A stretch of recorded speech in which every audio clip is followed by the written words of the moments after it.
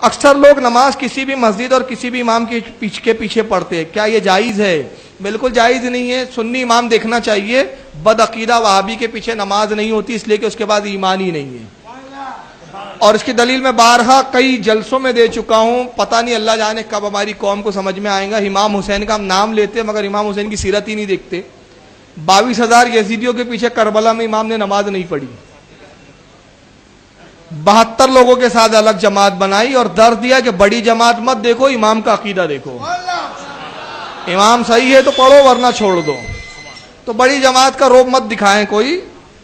تو بہرحال چاہے وہ حرم کا اور مدینے کا امام کیوں نہ ہو، اس کے پیچھے بھی نماز نہیں ہوتی اگر عقیدہ گندا ہے تو، کیونکہ مدینے میں بہت سارے بدعقیدوں نے بھی کسی زمانے میں نماز پڑھائی ہے۔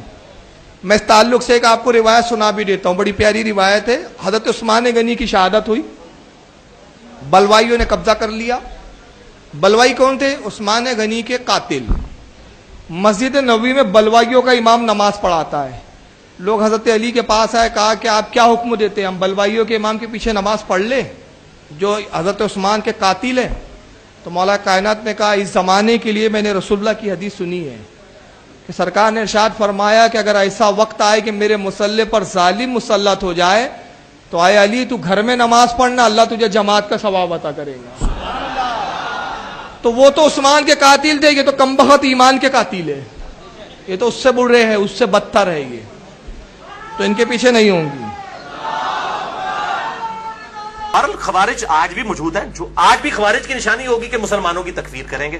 جو بھی آپ کو یہ کہتا نظر آئے نا کہ فلاں کافر ہے اور وہ کلمہ گو ہو، اہل قبلہ ہو، ختم نبوت کو ماننے والا ہو، اس کے باوجود اسے کافر کہہ رہا ہو، تو آپ سمجھ لیں خارجی ہے۔ جس میں ٹاپ آف دا لسٹ ہمارے پاکستان میں 2 بہت بڑے مکاتب فکر ہیں۔ بڑے میں کہہ رہا ہوں مشہور ہونے کی وجہ سے، تعداد تو ان کی بڑی تھوڑی کم ہے۔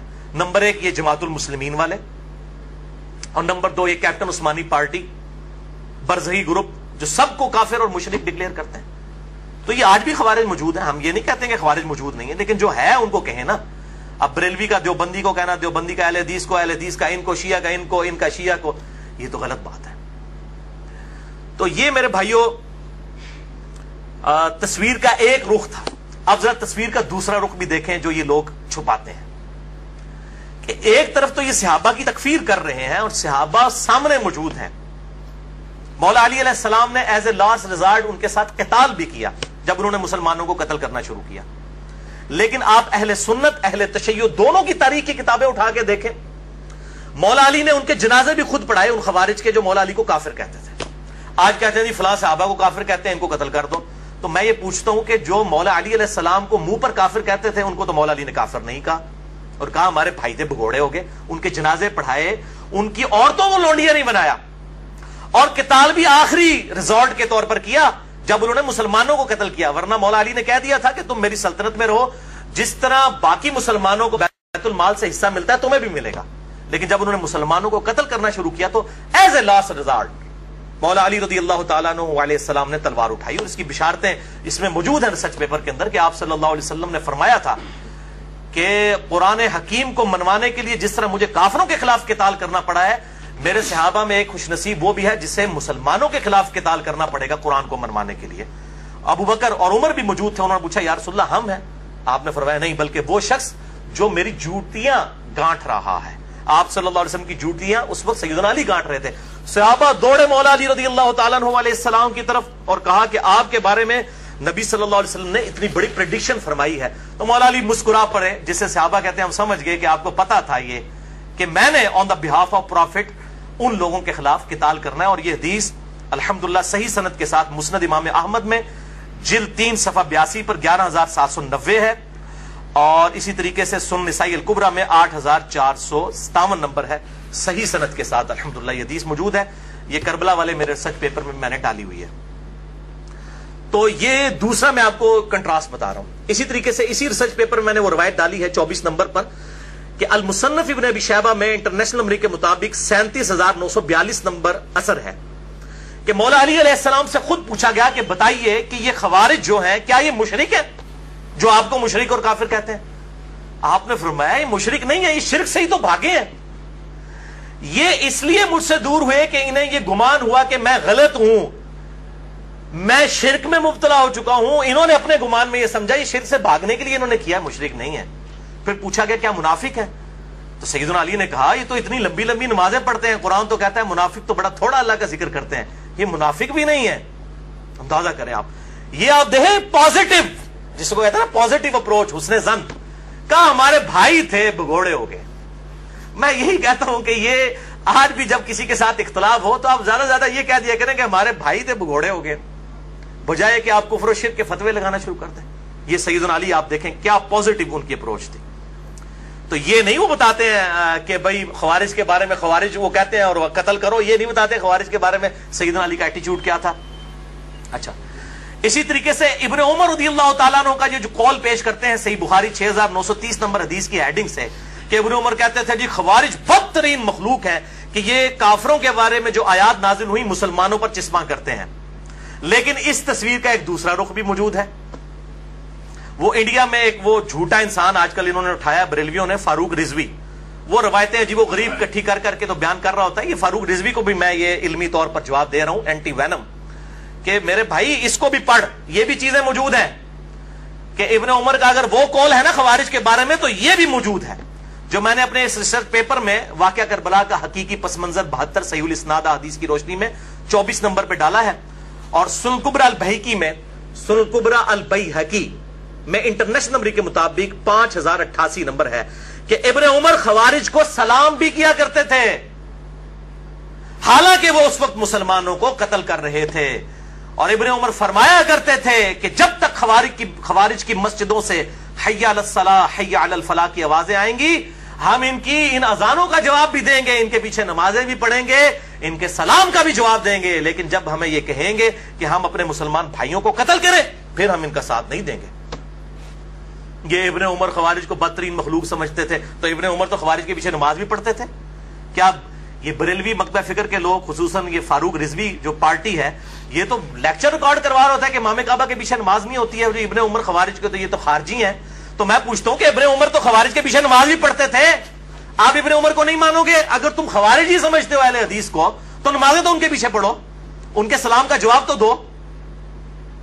اور پھر جعلی روایتیں بیان کرتا ہے, کہتا ہے جی, اور حوالہ تو پیش نہیں کرتے نا, سامنے بھی سارے وہ بٹ قسم کے لوگ بیٹھے ہوتے ہیں, ان کو بھی سمجھ نہیں آتی کہ ان سے پوچھیں کہ بھئی یہ کہاں سے بات بیان کر رہے ہو. کہتا ہے جی مولا علی علیہ السلام کو نبی صلی اللہ علیہ وسلم نے کہا تھا کہ علی ایک زمانہ آئے گا کہ جو ہے وہ اس طریقے سے مسلمانوں کے خلیفہ کو محصور کر دیا جائے گا, تم اس وقت ان کے پیچھے نمازیں نہ پڑھنا بلکہ تم گھر میں نماز پڑھنا. وہ کیڑی کتاب لکھی ہے حدیث, میں تمہیں دسنا کیڑی کتاب لکھی ہے, بخاری شریف سے میں بتاتا ہوں کہ اس کی بالکل مخالفت میں حدیث لکھی ہوئی ہے جو تو اپنی پبلک کو دھوکہ دے رہا ہے. صحیح بخاری میں انٹرنیشنل نمبر کے مطابق 694 نمبر روایت ہے کہ نبی صلی اللہ علیہ وسلم نے فرمایا کہ امام تمہیں نمازیں پڑھاتے ہیں, اگر وہ صحیح نماز پڑھائیں گے تمہیں تمہارا ثواب پورا ملے گا اور ان کو بھی ملے گا, اور اگر وہ تمہیں غلط نمازیں پڑھائیں گے تو تمہیں ثواب پورا مل جائے گا, ان اماموں کی غلطیوں کا وبال انہی پر ہوگا. یہ اکثر مجھے لوگ پوچھ رہے ہوتے ہیں کہ جی بریلوی اور دیوبندی امام رفع الیدین نہیں کرتے تو غلط نماز پڑھ رہے ہوتے ہیں, تو ان کے پیچھے ہم نماز پڑھ لیا کریں. بھئی بیسک نماز کی سٹرکچر تو سب کی ایک ہی ہے, قیام کے بعد رکوع, رکوع کے بعد کھڑا ہونا, ہر رکعت میں 2 سجدے, 2 سجدوں کے درمیان بیٹھنا, 2 رکعتوں کے بعد تشہد کرنا اور 4 کے بعد سلام پھیر دینا. یہ بیسک سٹرکچر تو سب کی سیم ہے. باقی رفع الیدین والا ایشو ہے. تو اگر امام رفع الیدین نہیں کرتا, آپ ضرور سنت کے مطابق رفع الیدین کریں, آپ کی نماز ہو جائے گی, امام کی غلطی کا وبال اسی پر ہوگا. اسی طریقے سے فاتحہ خلف الامام کے لیے اگر کوئی امام وقفہ نہیں دیتا قرات کرنے کے بعد رکوع سے پہلے کہ مقتدی بھی قرآن پڑھ لیں سورۃ الفاتحہ, تو اس کی غلطی کا وبال اس پہ ہے. آپ نے سورۃ الفاتحہ پڑھنا ہے کیونکہ اس کے بغیر نماز نہیں ہوتی. مسئلہ نمبر 84 میرا سن لیجیے اہل سنت پاک .com پہ. تو یہ ابن عمر رضی اللہ تعالیٰ عنہ کے بارے میں روایت وہ والی بیان نہیں کریں گے, وہ خوارج کے پیچھے نمازیں پڑھتے تھے, ان کو سلام کرتے تھے, اور صحیح بخاری کی 694 نمبر حدیث اور اگلی 695 نمبر حدیث, میں کہتا ہوں یہ دونوں کڑوی گولیاں ہیں ان مولویوں کے لیے, اور یہ ساروں کے لیے, بریلوی, دیوبندی, اہل حدیث, شیعہ, جو سب اس قسم کے فتوے دیتے ہیں نا کہ ایک دوسرے کے پیچھے نماز نہیں ہوتی ہے, ان کے لیے یہ کڑوی گولیاں ہیں. 695 نمبر حدیث جو صحیح بخاری میں ہے, اس کے اوپر تو امام بخاری نے باب باندھ دیا ہے کہ باغی اور بدعتی کے پیچھے نماز پڑھنے کا حکم ہے خلیفۃ المسلمین سیدنا عثمان غنی رضی اللہ تعالیٰ عنہ علیہ السلام کی طرف سے کہ باغیوں اور بدعتیوں کے پیچھے نماز پڑھو. امام بخاری نے باب باندھا اور پہلے تعلیقاً روایت حسن بصری کا قول لے کر آئے تابعی رضی اللہ تعالیٰ عنہ علیہ السلام المتوفی 110 ہجری کہ حسن بصری کہتے ہیں جو بخاری اور مسلم کے راوی ہیں کہ بدعتی امام کے پیچھے نماز پڑھ لے اس کی بدعت کا وبال اسی پر ہوگا. اور پھر نیچے روایت لے کر آئے امام بخاری 695 نمبر صحیح بخاری میں جو مولویوں کے گلے سے نیچے نہیں اترتی کہ سیدنا عثمان غنی رضی اللہ تعالیٰ عنہ کو جب باغیوں نے محصور کر لیا, مسجد میں آنے پر پابندی لگا دی ان کے دور خلافت میں, لوگ حاضر ہوئے, کہا اے امیر المومنین ہمارے امام تو آپ ہیں اور یہ فتنوں کا امام بدعتی امام مسجد پر قابض ہے اور نمازیں پڑھاتا ہے, ہمیں اندیشہ ہے کہ ہم کہیں گناہ گار نہ ہو جائے ان کے پیچھے نماز پڑھ کے. تو سیدنا عثمان نے یہ نہیں کہا اپنی 1.5 اینٹ کی مسجد لادہ بنا لو, حالانکہ سب سے بڑی چیز ان کی سٹیک پہ لگی ہوئی تھی خلافت. سیدنا عثمان نے کہا کہ نماز ہی تو مسلمانوں میں ایک نیکی کا کام ہے, تم انہی کے پیچھے نمازیں پڑھا کرو, جب تک یہ نیکی کا کام کرے ان کا ساتھ دو, جب برائی کرے ان سے الگ ہو جاؤ, نمازیں ان کے پیچھے ہی پڑھو. اس سے بڑی کون سی بدعت ہوگی؟ وہ کہتے ہیں جی کوئی چھوٹی بدعت ہوتی ہے کوئی بڑی بدعت. بھائی سب سے بڑی بدعت خلیفۃ المسلمین کے خلاف خروج کرنا ہے. یہ جو آپ حدیث پڑھتے ہیں نا کہ کل بدعۃ ضلالہ وکل ضلالۃ فی النار, اس کو آپ ذرا پورا پڑھیں ابو داؤد ترمذی ابن ماجہ سے کہ میرے بعد تم بہت اختلاف دیکھو گے, علیکم بسنتی وسنت الخلفاء الراشدین المہدیین, اس وقت میری سنت اور میرے خلفاء راشدین کی سنت کو لازم پکڑ لینا اور دین میں نئی نئی بدعتوں سے بچنا, ہر بدعت گمراہی ہے اور ہر گمراہی دوزخ میں لے جانے والی ہے. پرٹیکولرلی خلفاء راشدین کے خلاف خروج کو نبی صلی اللہ علیہ وسلم نے بدعت کہا ہے, اور وہ 5 ہیں خلفاء راشدین, ابو بکر, عمر, عثمان, علی, حسن ابن علی رضی اللہ عنہم اجمعین وعلیہ السلام. میں نے اس میں بتایا وہ 30 سال تک خلافت ہے. تو سیدنا عثمان کے خلاف جو کھڑے ہوئے وہ تو بدعت کبریٰ کرنے والے لوگ تھے, اور یہ تو جھوٹا پراپوگنڈا بھی کیا جی وہ یہودی پارٹی تھی, کوئی عبداللہ ابن سبا پارٹی تھی. عبداللہ ابن سبا پارٹی تھی تو چلیں اگر for the sake of argument آپ کا جھوٹ مان لیں تو پھر تو یہودیوں کے پیچھے نماز پڑھنے کا سیدنا عثمان نے کہہ دیا, چلو ہاں ووٹ پھکیلاب کیجئے. یہودی سنو, مسلمان تھے, تعویل کی غلطی لگی ہوئی تھی ان کو. ان کے سرگنا محمد بن ابی بکر سیدنا ابو بکر کے بیٹے تھے, بعد میں خیر وہ پیچھے ہٹ گئے, وہ ایکسٹریم تک نہیں گئے, شہادت میں وہ شامل نہیں ہے, مسلمان تھے. مسئلہ نمبر 116-20 سن لیجئے میرا کہ سیدنا عثمان کی شہادت کی اصل وجہ کیا تھی. بس ان کی کچھ پالیسیز ایسی تھیں جن کی وجہ سے صحابہ کو ان سے اختلاف ہو گیا تھا, اور وہ اختلاف پھر ایک خاص درجے کو تجاوز کر گیا, حتیٰ کہ سیدنا عثمان رضی اللہ تعالی عنہ وعلیہ السلام کو مظلوماً شہید کر دیا گیا. تو یہ ایک تلخ داستان ہے. تو میں بتا رہا ہوں کہ سیدنا عثمان کی لائف سٹیک پہ لگی ہوئی تھی, پھر بھی وہ کہہ رہے ہیں نمازیں ان کے پیچھے پڑھو, اور یہ کہتے ہیں امام کعبہ کے پیچھے نماز نہ پڑھو, فلاں کے پیچھے نماز نہ پڑھو, فلاں کے پیچھے. یہ فاروق رضوی صاحب کو میں بتا رہا ہوں کہ میرے بھائی یہ روایتیں بخاری سے پڑھ کے سناؤ, اور جو تو جعلی روایتیں بھائی بیان کر رہا ہے نا کہ جی مولا علی کو نبی صلی اللہ علیہ وسلم نے کہا کہ گھر میں ہی نماز پڑھنا, وہ کیڑی کتاب ہی لکھی پائی کٹ بار سن سنا کے سننی ٹنی سننی اسیاں بکش مسلمان کتاب و سنت کے دلائل پیش کرتے ہیں, ٹن کیا وہ اپنی پبلک کو, کوئی ریفرنس پیش نہیں کرتے ہیں. تو میں کہتا ہوں سنی بنو, ٹنی نہ بنو.